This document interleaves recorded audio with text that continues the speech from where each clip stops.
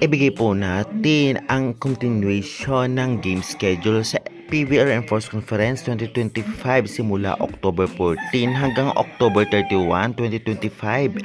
Kaya before that guys, please naman huwag niyong kalimutan mag-like, comment, subscribe, and pa-hit the notification bell para lagi po kayong updated sa kimabonggang video about sa volleyball dito sa Pilipinas. Salamat! Siyempre, agad-agad natin ibibigay ang schedule na magtatapat-tapat ang mga teams at siyempre saan magaganap.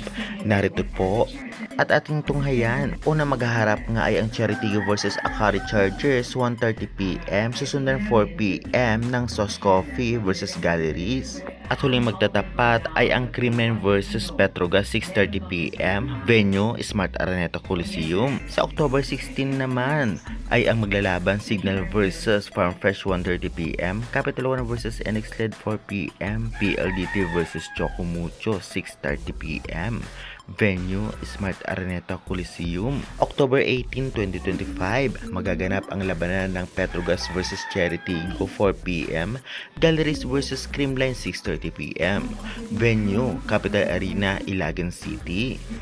October 21, 2025 naman, Farmfresh versus Capital One 1:30 PM, Chocomucho versus NX LED 4 PM at Signal versus PLDT 6:30 PM, venue Smart Araneta Coliseum.